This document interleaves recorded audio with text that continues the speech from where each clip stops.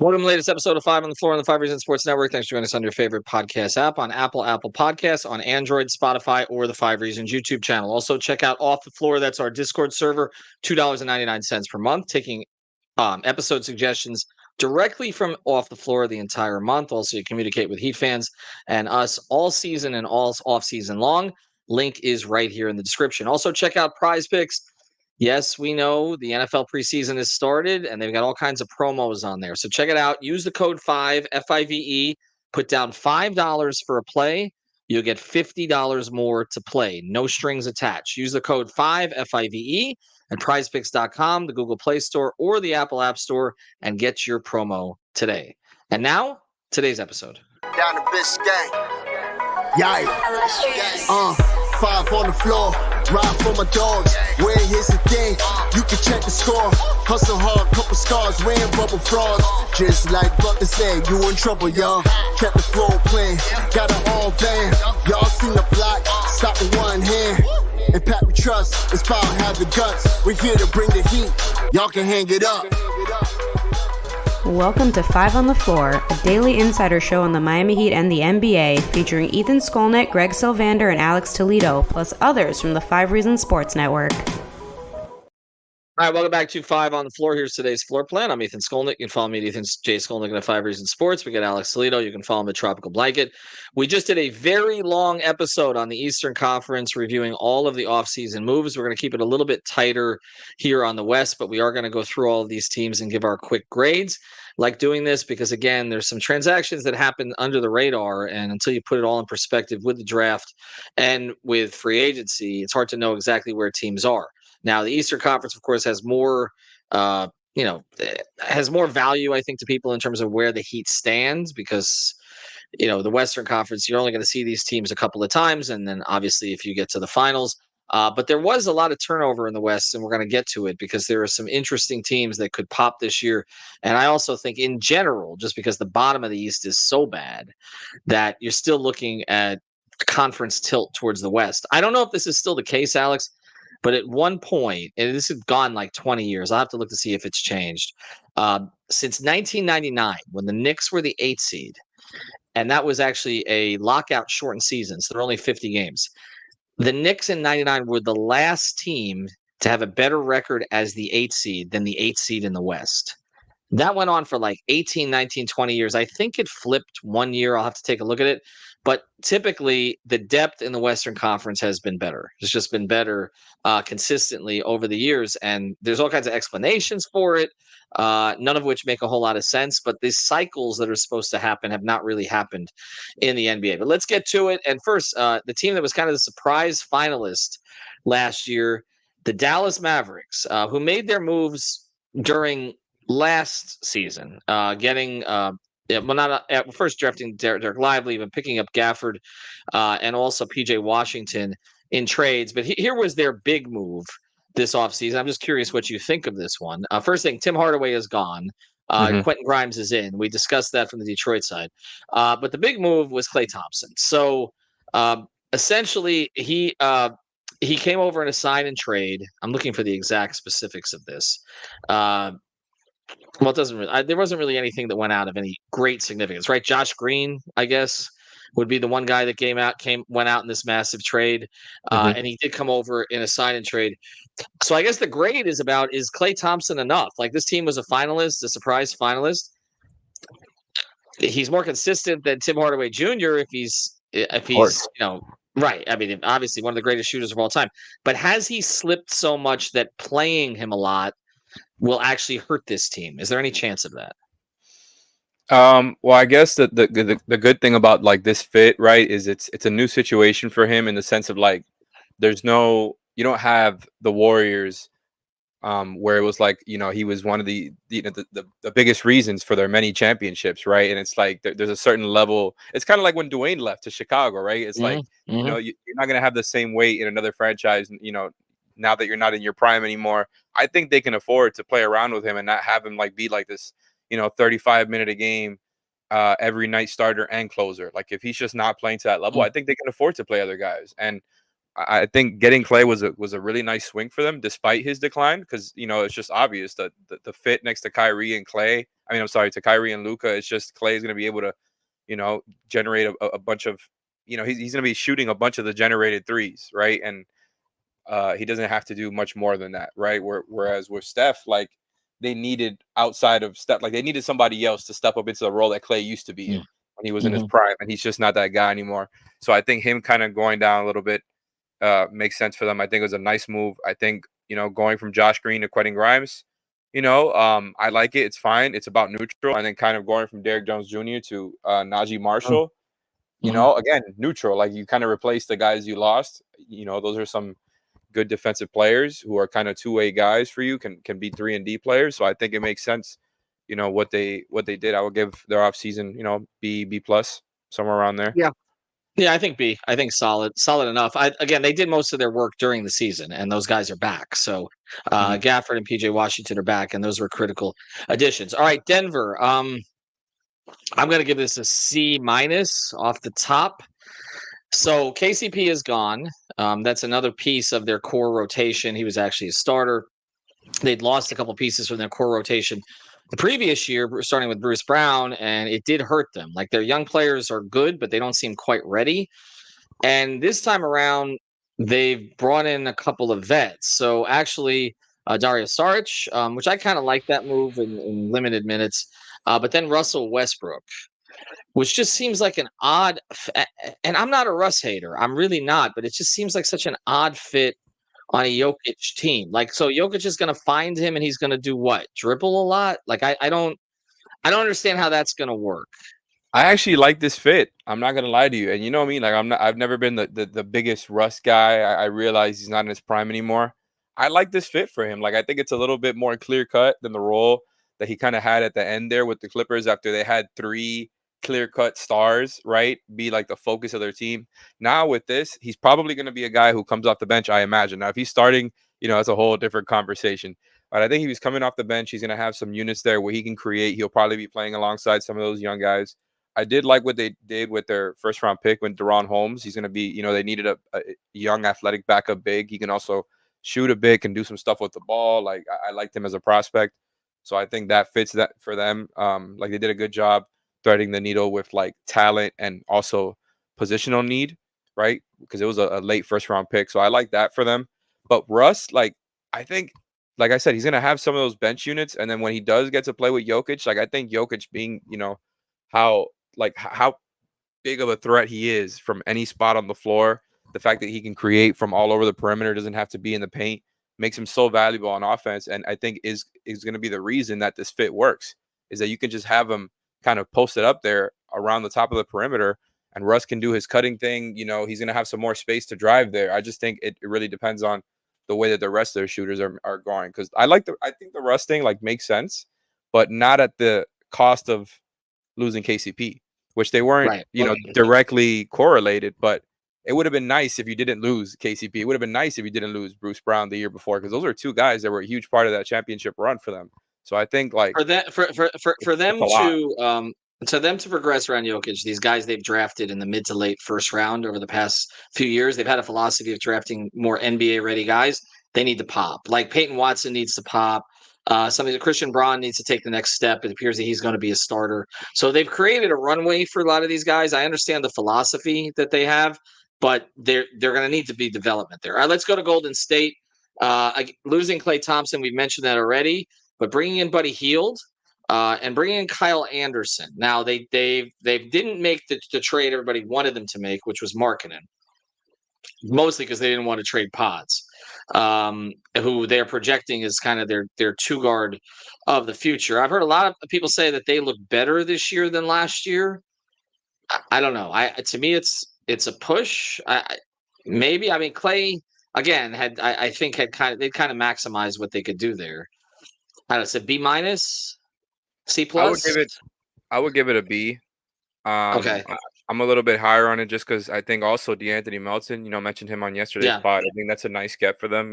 Again, none of these moves are, they're not going to swing a championship for them. I don't think they're in that core few, contenders. I do think they're going to be in the mix because I just think Buddy is going to be a nice fit next to Steph. I think, like I mentioned, DeAnthony Melton is somebody who can help you win games. I think Kyle Anderson can help them win games, and I think is going to be a good fit in their system. You probably just don't want to play him alongside Draymond or Looney too much. But, I think along with the growth of Brandon Pajemski, like I think there's some upside here. Maybe if Kuminga takes another step here, I think they have a nice, cool, solid team, but I don't consider them a contender. I think what they did in the offseason was just fine. Like they added some, solid rotation pieces. Yeah, I think that's fair. I'd say maybe a B minus. It does feel like this is headed towards a place where Steph may ask out, not this year, but I'm not 100% convinced They he's going to really should have finish his swung for career marketing. further. Like I don't think Well, Pajemski should have been in the way for that. I agree. To me, if they didn't ask for Kuminga, then you make the move. I like Kuminga enough, and it seems like he's gotten out of Kerr's doghouse now. But you're right. I don't think that should have been the impediment to going out and getting marketing. All right, let's go to Houston. They didn't do much after last offseason where they did a lot, right? Yeah, I So, mean, they really just did stuff with the draft. right. And the Van Vliet, the Dylan Brooks contracts. I mean, those were signed the previous year. It's just weird though because you always hear these rumors that they're looking to trade their young guys. Like, why would you even consider trading Sengun? Well, I think this is what happens with these young teams, right? With a lot of kind of up and coming players, is that at some point you're gonna have to pay them. And there's been some sort of narrative around like maybe picking between Jalen Green and Shingun. So I'm not 100% sure about like their financial situation. Maybe they're gonna have to, but like they were much more competitive than I expected them to be last year, even with those moves that they made. And I think they've got a little mix there of mostly young guys, but vets who can help them win now. Like we'll see if Steven Adams plays for them this year. To kind of go along with like Dylan Brooks and Van Vliet and the other vets they've got there. But I really like their young core. Like they've got a lot of guys there that are going to be fun. And I think adding Reed Shepherd to that, like I think he's going to be good. He's one of those guys where I'm not worried about him as far as being a positive NBA player. Now, how good he is, that's a different conversation. But I really like the pick for them as far as somebody who I think can just be good right away. And maybe, third for him is weird in another draft. But in this draft, it made a lot of sense because he fits next to a lot of their guys. Now, how they organize all this into a coherent rotation, that'll be a different thing. But I do like a lot of their young guys individually. So, adding Reed Shepherd to this young core, I think, that's a positive in itself. Yeah, no, I like him a lot too, and he will fit. Like they'll plug him in right away, and I think he'll fit. And so he's going to play a lot of minutes this year. But no, they need to decide on some of the young guys. I would not move Sengun. I think he's a core not franchise type player, but I think he'd be a top 3 guy on a really good team. And so that's one guy I wouldn't look to move. All right, let's look at the LA teams before we get to the break. I'm not really sure what the Clippers are doing, honestly. I'll give you. I mean, they signed Derek Jones, who obviously, had kind of a renaissance with Dallas. He's a good fit player. We're familiar with him, obviously. Batum re-signed. Harden re-signed. And you guys, I'm not a Harden guy, but Well, you say Batum re-signed, but he was on the Sixers at the end of the season, so he made his way back to the Clippers. Exactly. He made his way. He's been back there. Yeah, exactly. And Harden, how I feel about him, but I'm okay with the contract that they gave him. Kevin Porter Jr. is kind of a flyer. But the big thing is Paul George is gone, and this whole build was supposed to be around their elite wings and Kawhi and PG, and it just never worked out. Like one of them was always hurt, or both of them were hurt. And for everything they gave up for PG, including a top 3 MVP guy, it just feels flat right now. Like I don't know. Like I mean, their chances completely ride on Kawhi being healthy, and that's just not going to happen. I think the Clippers are the team that could drop all the way down to the bottom of the play-in this year. The bottom of the West is competitive, and it's not like the East, where we talked about Chicago and Atlanta kind of locked in the play-in seeds basically because the other teams suck and are trying to lose or trying to get Cooper Flag. I don't know. I mean, the Clippers moved that new building. The owner Ballmer wants to win. That's not to me. That's not a team that's going to win anything this year. No, I definitely don't consider them a contender, but I do think there's something to be said about like, if you just imagine it, like if you compare the Clippers pre-Harden trade, so when it was just built around Kawhi and PG, I think exchanging PG for Harden might be better for them for the regular season, right? Because I just think he gives you a higher baseline. I don't think you worry about his availability quite as much as you do with Paul George. And I do think like he is one of those guys where if and when Kawhi is out, he can take, he can have a higher load, a higher usage, and it makes a lot of sense for him. He's still a great playmaker, even though he's not at the top of his game anymore. Still a very good player, right? So I think Harden can play that role when Kawhi is not there. But yeah, other than that, like very underwhelming summer. Derrick Jones is a nice pickup. Batum, cool pickup. Like we'll see how that Kevin Porter thing goes, right? It's very weird situation there. Uh, but yeah, I don't consider them a contender. I guess, if Kawhi turns into peak Kawhi in the playoffs, if Harden is available, they've got a shot to beat some of these teams. But no, they're not a contender. Probably say B minus. You're muted. Oh, let's go to the Lakers. We're going to try to do this in less than a minute because we know every minute is going to be is going to be on them from ESPN and the other sources this year. They re-signed LeBron. That kind of matters, right? So we'll start there. And they drafted his son, and they were in talks on a whole bunch of players, but the roster looks pretty much the same. I mean, I like their draft pick. I think he's an interesting Dalton. Another name I can't pronounce. Can you try this for me, Alex? I'm pretty sure it's Dalton Connect. I think it is Connect, but it doesn't look right when I say it. But I mean that's a guy actually that he may pan out for them. But Reeves is still there, right? Rui is still there. I don't know. Like they could be better than a play-in team if AD plays 75 games again, which I'm not anticipating. But I give him credit for doing it and playing through the Olympics. LeBron going to be 40. There doesn't seem to be enough help here. I don't know. Like I mean, right? I mean, it's going to be a circus, and then JJ coaching it, which I'm tremendous respect for JJ. But there's going to be a learning curve with him right off the start, and everything is going to be perceived as a LeBron decision. I just and the media. I think it's going to be messy. So I don't think they did enough. Honestly, I don't think Pelinka did enough. I'm going to say C. Yeah, I think it's kind of stagnant, right? And I think there's almost some parallels to what fans are, Heat fans are frustrated about with the team, where it's like you expect, the Lakers and the Heat have been thrown in so many like, trade rumors for the past few years, like, oh, they're gonna swing for this guard. And I even kind of thought like they were gonna get in on maybe Trae Young or something like that this offseason. I was almost expecting that. But then like none of that ever really transpired. And I guess the Hawks just decided, they're gonna move on with Trae, like we talked about yesterday, and their young core. But other than that, like just kind of stagnant. I like the Connect pick. He was not supposed to be there at their pick, so that's a positive for them. But yeah, I guess C plus is the best I could give them, and probably the same. Like I should have given the Clippers a C plus too because that was very underwhelming. So just C plus for both LA teams, I feel. Yeah, but the Lakers are going to get shoved down our throat. All right, one more before the break here. Memphis. This is one of those weird deals where like they didn't do a lot this offseason, but I don't feel like they really had to improve because you're going to get Morant back healthy. They drafted Zach Edey. Interesting. That's an interesting fit there. I'm curious to see how that works out. And they traded Zaire Williams, who really wasn't playing a lot for them. Where do you see the Grizzlies? Because they're going to be better. Like I think they're going to compete for a top 6. If Bane and Morant are healthy, they're going to compete for a top 6 this year. Like they're the one team that other teams need to be scared of jumping them, of being jumped by. What would you say about the Grizzlies?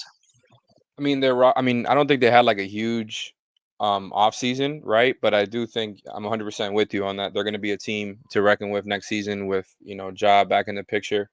And I do think, they've added, while they've been kind of bad, right? They've added a couple of guys who are going to be really interesting rotation players for them, younger guys, and Gigi Jackson and Vince Williams. Like I think those guys are going to be good for them. And so they've added a couple of guys here, right? And the team looks a little different now. Like there's no more Steven Adams. You've got Santi Aldama in the mix, who I like. I think hopefully I'm not 100% sure about Brandon Clark's injury status, but if you get him back, that's another solid player in your rotation. I think they have a lot of good players, man. And they obviously have Marcus Smart now. So I think they have a playoff rotation there. I think they're going to be a frisky team who can maybe, win a round or even two if things go right. Like that's kind of like the sneaker, that's the team that's going to sneak in here. And the West is just so deep, man. And then when you get I into know. like some of these other up and coming teams, like that we're going to get into, like it's going to be hard to figure out how it all pans out playoffs wise. But I Well, think they're going to be a good well, team. I think they have. There's a Minnesota possibility with them this year, where they just win a lot more Mhm. games than anybody thought before the year. We saw the And pieces, but Edie you're will be kind of like, okay, how playable. is I think Edie Edie will will? be Oh, I playable. agree. Oh, I think so too. I think so too. I think people have been too down on him, honestly. Like, I don't think he was a good fit for the Heat. I would not have been in favor of that pick. We talked about it, but I think for them, he's fine. But that's the thing about the West is in the East, we talked about there are 5 teams that we just know are going to be trash, and they're trying to be trash.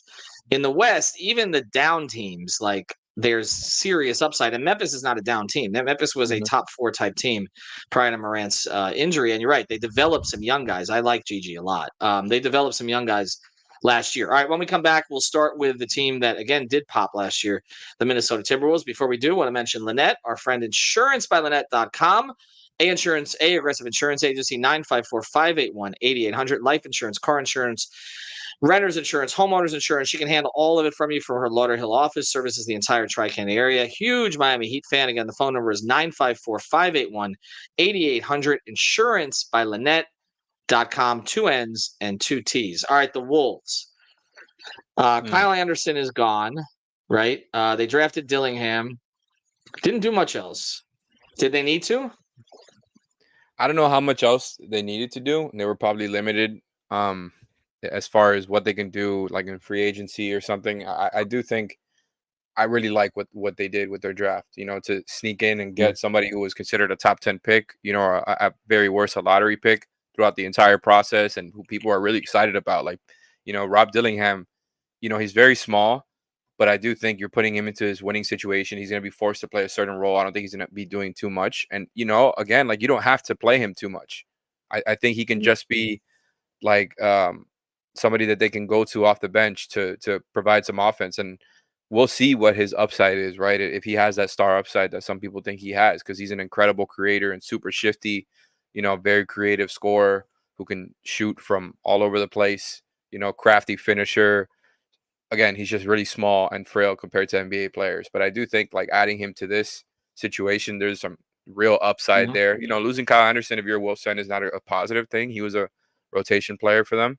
But I really like them acquiring Dillingham, and I also like them drafting Terrence Shannon Jr. I think he's going to be somebody Mhm. who can help them in the immediate short term. We'll see how much both of those guys play, but I do think it's worth it for them to try, to incorporate those guys at the very least in the regular season, maybe back end rotation players. But Terrence Shannon has played a lot of years in college, very athletic guy, was a very productive college player. So he's somebody who I think they both for different reasons can, are guys who can fit into their future and also in the short term. Yeah, and to me, the biggest thing for them is okay, is Cat going to be healthy the entire year, and how does that thing fit? Because they survived his injury last year, and then he came back in the playoffs. Uh, he wasn't featured as much, and this team is going to keep transitioning more and more to Edwards.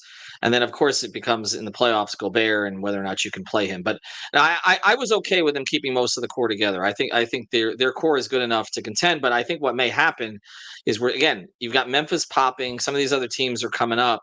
I like what New Orleans did. We're getting to them next. Like some of these teams are, it's going to be harder to win the same number of games next year for them, I think, as it was Mhm. this year. Let's get to the Pelicans, though. David Griffin has wanted DeJounte Murray for a while. He finally got him. A couple first round picks and Dyson Daniels was basically the trade. Um, Everything with them to me is Zion healthy because the guy we saw in the play-in game, if they got that guy like at least half the season, Mhm. they're a threat. They lost Najee Marshall, but other than that, kept most of the team intact. Ingram, they're not going to give him the money. It doesn't appear. They shopped him. They didn't get anything for him. I like the DeJounte trade for them. Like to me, anything but having CJ McCollum play like a dress up point guard is a good thing for them. And they still have Alvarado on the roster. I think DeJounte fits well with a lot of what they have. If he focuses on defense more than he has the past couple of years, I like the trade. They just got to make the Ingram thing work. If they're not going to pay him, they got to make it work for at least now because, I mean, they basically paid Trey Murphy. I mean, Trey Murphy Jr., Trey Murphy the third. They basically said that's going to be the guy instead of Ingram going forward, and yet Ingram's still on the roster. But I still would give him a B because I like the trade. I like the B grade. The trade was good in itself. Like I think like you mentioned, losing Dyson Daniels, losing Najee Marshall wasn't a part of the trade, and also Larry Nance was a part of it as well. Like 3 rotation players, but DeJounte is kind of a very good player, a very good sub all-star player. Maybe not as good as some people think. Like you mentioned, the defense has to get back on track to where it was in San Antonio. And I think he can do that. I think he can get somewhere close back to that level because I think the offensive load will be lower here. And that'll of course vary because there's going to be plenty of nights where Zion is gone, and that's a lot of offensive load and shots to go around if he's not playing. But what you mentioned as far as like how this all fits together, that's 100% what I'm going to be watching for because they didn't move Ingram. So now like you added a guy in DeJounte who, like the bulk of his shots come in the mid range. He gets some paint shots, some threes up, but like it's how do you fit this into the offense? Who are you starting? Who are you benching? Right? Because are you just starting all like your offensive guys together, like Murray, Ingram, CJ, Zion, and then they also drafted Yves Misi, who's going to be probably their starting big man, right? Because the only other big they have is Daniel Tice on the roster. So just to see how they work out this rotation and how they figure this out will be interesting. Because like a guy like Herb Jones or Trey Murphy starting, it's probably an easier fit. And maybe you have to bench one of these guys. Maybe it's CJ coming off the bench, and that's the compromise. They start Herb Jones instead. But I don't know. I'm going to be interested because it's a very talented team, obviously. I think they're a sleeper if they can all put this together. But I still feels like there's another move here to be made at some point. Yeah, I think Griffin will make another move, but they're long, they're athletic, but it's all on Zion. But this is the point, though. Like, if this team was in the East, we'd be like, this is like a sleeper threat to kind of get into that top 4 mix. Oh, yeah. But in the West, I just don't know. Like that, there are a lot of teams like this where it's like, okay, if Ja comes back 100%, Memphis skyrockets. If Zion is healthy the entire season or most of the season, they have enough pieces around him, and they got other pieces that they can move. David still has New Orleans still has a ton of picks that they can move too. There's a lot of flexibility that they have. They didn't give up everything in the Murray trade, so people are sleeping on them a little bit. But I think honestly, I think they're better than the Lakers on paper. I think most of these teams are better than the Lakers on paper. Honestly, I would speak of a team that's better than the Lakers on paper. OKC.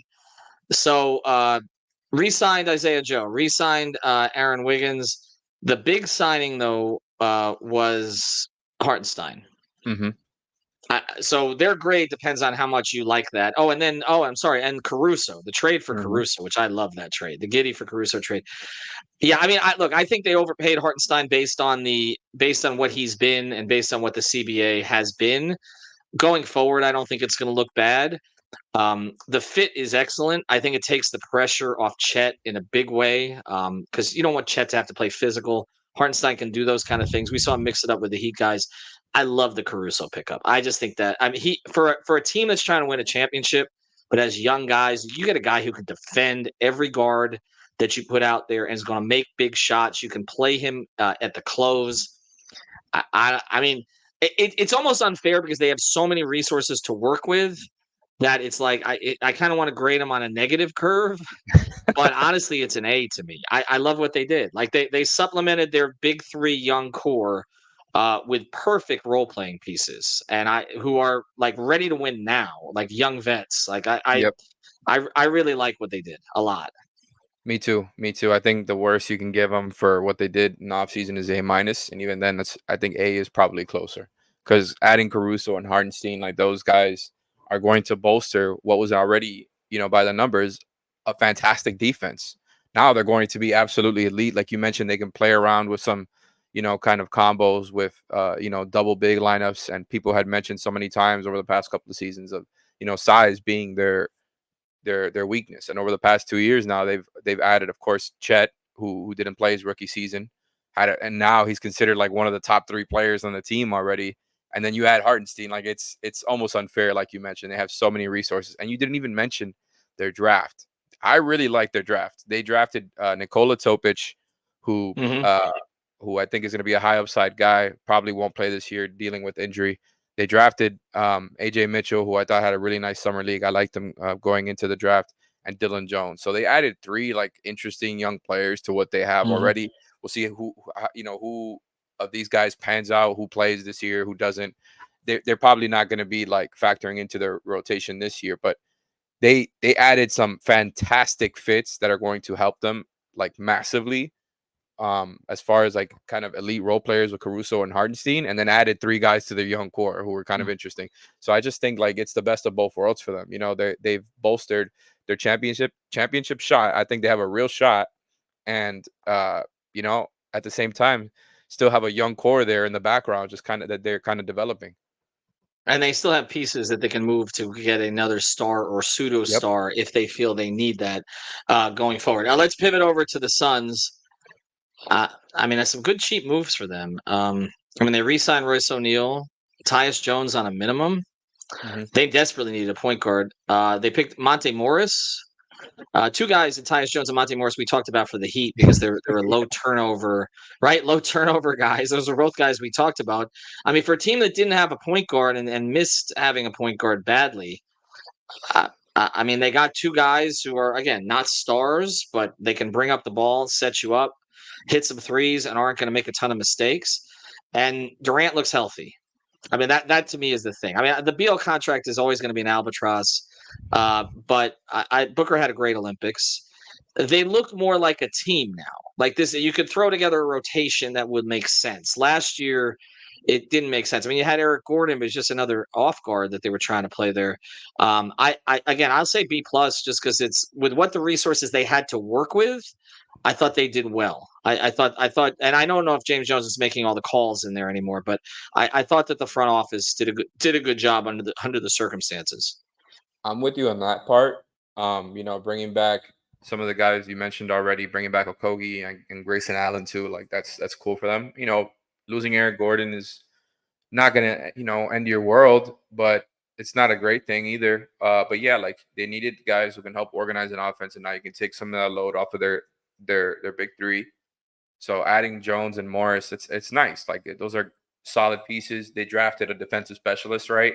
Because they badly needed defense, and that's still my biggest question about them. How they put this all together, because there's just not very many positive defenders on their team. I don't consider Tyus Jones or Monte Morris like fantastic defenders. Like they can be okay at best. They're fine, at best. But I just think that's going to be a big problem for them. Like unless they really come together and fight their asses off on defense, I think they're gonna struggle on that end of the floor, and they're going to have to be an elite offense to overcompensate for it, right? Because I think, we saw that blueprint didn't work for them this past season. They're going to have to get a favorable matchup, but the talent is still there. So I think I would probably be lower on them just because I think they didn't necessarily get much better in their biggest weakness. But yeah, they did need a point guard. I just think it was a little bit overstated because they have so many like levers of offense already. Like offense isn't really the problem.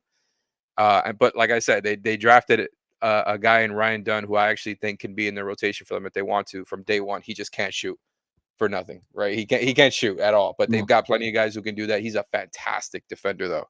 I think they can, they drafted somebody who they can play immediately in the rotation. So yeah, of course, bringing back Royce O'Neal is nice for that too. So, I think B minus, maybe B for them at best. All right, we're not going to spend a lot of time on the next team because we did 25 minutes on this. Let's just give Cronin an F and move on Portland. We discussed again an entire podcast devoted to it. I just don't understand what the direction is. I guess the direction is build around Scoot and Shaden Sharp and try to maybe get something for Simons going forward, but he can't get anything for Jeremy Grant. There've been trades on the table. Again, they made the one trade we discussed for Denny, but we'll move on for them. F Cronin. That's where we go with it. Let's go to Sacramento now. I guess it depends on how much you think DeMar DeRozan helps, because they're paying him basically $75 million over 3 years. They gave up Harrison Barnes. I can tell you flat out they were considering giving up Kevin Huerter instead of Harrison Barnes. San Antonio preferred Harrison Barnes, and I'll slip this in at the 32nd minute of the podcast. The Heat were in on that. I'll just leave it at that. Aggregate it. They were in on it. They're in on it, but I'm not gonna get into more detail on it. But it didn't become a possibility when San Antonio wanted to draft to acquire and keep Harrison Barnes. So I guess it comes down to this again. Like, how much do you think DeRozan helps them? Because that, to me, that's the grade. I still think DeRozan is a very good player. Like we mentioned on yesterday's pod, the Bulls lost a real floor raiser there, and the Kings got one here. I think another one where I'm going to be interested about the fit, right? Kind of similar to what we were talking about with the Pelicans, and then also kind of similar to what we were talking about with the Suns. I'm concerned about their defense, right? Right. Like DeRozan is not a positive defender there. He's average at best. So they're going to have to be a team that you better hope you figure this out on the offensive end. And I think they can be like very, very potent.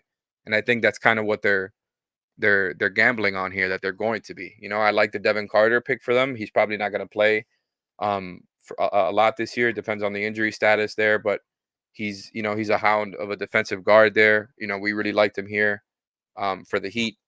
But other than that, it's kind of an interesting swing move for them, because we had been hearing stuff about like them maybe being in on like a Markkanen or an Ingram or other guys here. So this was their swing. It makes sense, right? Like DeRozan wanted to go somewhere else. They're willing to pay him. It's an up and coming team, and a team like Sacramento that's just like they're desperate to move, to have like playoff experience, right? And I think because of how deep the West is, it's a good move. It's like a good swing, other than just kind of keeping things the same, considering what they lost. So I like it. I'll give them a B for the DeRozan and Devin Carter moves, but I don't think this makes them a contender. I just think they can be an even better offensive team if they figure out how to put this all together. Yeah, I'll say B to B minus. But again, in the West, if you don't do anything, you fall behind, and so they needed to do something. DeRozan gives them a chance to be better offensively, and you needed to give Fox someone else that's a proven scorer in those moments, and he is. They're I gonna be mean, tough in the clutch. they will be, which is crazy because DeRozan had that reputation, DeFrozen, and that was actually accurate in the playoffs prior. But he also can be a very good clutch player in the regular season. So that's what they got. And he knows where he can get his shots. And that's the thing. They'll design an offense where he can get his shots. All right, 2 teams left to go here. San Antonio. They draft Castle, 4th overall, guy who wants to play point. And they trade for Chris Paul. And they also bring in Harrison Barnes. And this feels to me like, again, Pop wants some adults in the room with Wemby, because it's pretty clear that Wemby wants to win now. Barnes, I think, from a personality standpoint, will be a good fit there. He's always struck me as a San Antonio type player. And Chris Paul can still play a little bit. I just don't want to be relying on him for more than 15 to 20 minutes. What do you think? Where are they in the Wemby? It feels like they're sort of setting up for a big splash move, but it just didn't happen this offseason. And they were not in on Trey, as at least to this point, as I was told they were. Yeah, I think that would have been a really interesting one for them if they had moved in on Trey. There was some talk about them being really in on marketing, so that would have been obviously like a fun acquisition for them. Other than that, I would still, despite not making those swings, they're still really early in that timeline. So I'll give them, some, like, I'm not gonna give him flack here. I think B plus is fair. I think Chris Paul is way past his prime, but all he's doing is trying to set guys up here. Like, I don't think you're gonna expect him to be like somebody who is running lineups for you and scoring and snaking pick and roll, scoring in the mid range. Like, we'll see it still, of course, because it's a part of his game. The counter is there, but he's there to set guys up, and he can do that. People wanted a pure point for that team, and that's what he is at this point, right? He is a pure point. Now, he's just not going to do much else for you, right? But I like that acquisition. I think Harrison Barnes will help them win some more games. I think they also threaded the needle of, like, I got to see what their pick situation is. But if they have a pick in this next year's draft, like, they should still have a pretty good one. Like, you might still be able to add some nice young talent alongside what you have already, since you didn't make that big swing. I think they'll be better, but they're not going to be so good that you get a lower pick. Like, I still think they'll have like a lottery pick there. And then I really like the Stephon Castle acquisition. He's going to play for them right away. Is obviously going to be a big part of their future. And I think he's got more point guard capability than some think, and can also play alongside of Chris Paul, in my opinion. I think he's a dynamic kind of combo guard. Harrison Ingram, getting him at the back end of the draft, I think that's a nice one for them. That's one of those guys that I was watching out for the Heat for their second round pick. I think he's going to be able to play immediately as like a 3-and-D type of guy. So yeah, I think B plus, solid offseason, and there's still more to come. I think the Chris Paul move will dividends will pay off for that in a year or two. I think when Wemby's going to pick up things from a leadership standpoint. I know some have issues with the way that CP3 leads, but there's a lot that can be learned there. He's also going to learn a lot of off the court stuff that I think is going to be helpful for him. I mean, Chris Paul was the union president for a long time, so I just think as you're grooming, Pop knows what he's doing with that. That makes a whole lot of sense. And Chris has always wanted to play for him. How much he has left as a player, yeah, I don't know that there's much, but they'll be marginally better, and I think that's kind of what they want to be. Honestly, they want to have some growth, but like you said, they want to still be able to make a good pick. Well, we'll close here with Danny Ainge in Utah. They basically did nothing, right? Like I say, I just feel like he's always setting up to do something, right? And then he just ended up re-signing Markkinen, which I don't have a problem with the re-sign, but it's just like there's just I don't know where they're at. I don't like there are teams in the West that like you're kind of like again I don't like Portland's build, but like I'm looking at some teams in the West you're like San Antonio. Okay, I get it. Like they're building around Wemby in a certain way. You've got teams that are contending. You got others who are sort of I think in some ways they're blind, like the Clippers, to kind of where they're at right now. The Lakers, I think, to a certain degree, or that's the case. But as long as you have LeBron, I guess you got to try to compete. But with Utah, I don't really know. I don't know. Like to me, they're not. They'll win some games. I like Keontae George. I like some of some of the talent. I think Sexton had a pretty good year there. They'll win games, and then by the end of the season, they'll want to not be winning games. I feel like they've been in that spot for the last 3 years. So I'm just gonna. I don't know. I C minus. I mean, they didn't do anything that's gonna move the needle for them in any way. No, but you know what? Like, I don't think that you have to have an aggressive summer to have a good offseason, because I did like what they Mm, did with their draft as far as drafting Cody Williams and Isaiah Collier. Like, I think, some high upside there. Um, and they're basically just building out a young core at this point. Like you mentioned, they're right. gonna do the same thing they did the past couple of seasons, where they'll be kind of frisky, right? Like when Markkinen is playing. Mm, They've got some playable guys there, like just vets as far as Sexton and Clarkson, and maybe those guys get moved, right? And they just commit to bottoming out, right? And obviously they didn't do that with marketing. They brought him back and just decided that like the returns that they were hearing on the phone were just not worth trading him for. So re-signing him, and he's I think was a smart move for them, just because they'll be able to trade him whenever he is trade eligible again if they really want to, and they'll be able to still get a really nice return for him. So I think like you consider the draft, you consider bringing back Markkinen, like they probably maximized what they're going to be able to do, because I think like the returns that were being talked about, like with the Warriors, was just mm. not very good, right? The Warriors were offering like a couple of picks, and I don't know, like I think they can probably get more, and I'm sure Danny Ainge feels that way. He always feels that way. Mm, So I think right. underwhelming, but they're continuing to build out what's already kind of an interesting young core that's just kind of boiling in there in the background there. So I'll give them a B minus for their off season. All right. So I think the overall point we made, and we thank our sponsors, insurancebythenet.com, and also Prize Picks, use the code 5. It's still better to be in the East, even with Boston, New York, Philadelphia, Orlando rising a little bit. There's more easy nights in the East, or should be. There are in the West. There are not a lot of easy nights in the West. The easy night is like, okay, we get Wemby tonight. Anyway, have a good day, everybody. Thank you for listening to the Five on the Floor on the Five Reasons Sports Network. After all, someone needs to listen to my dad.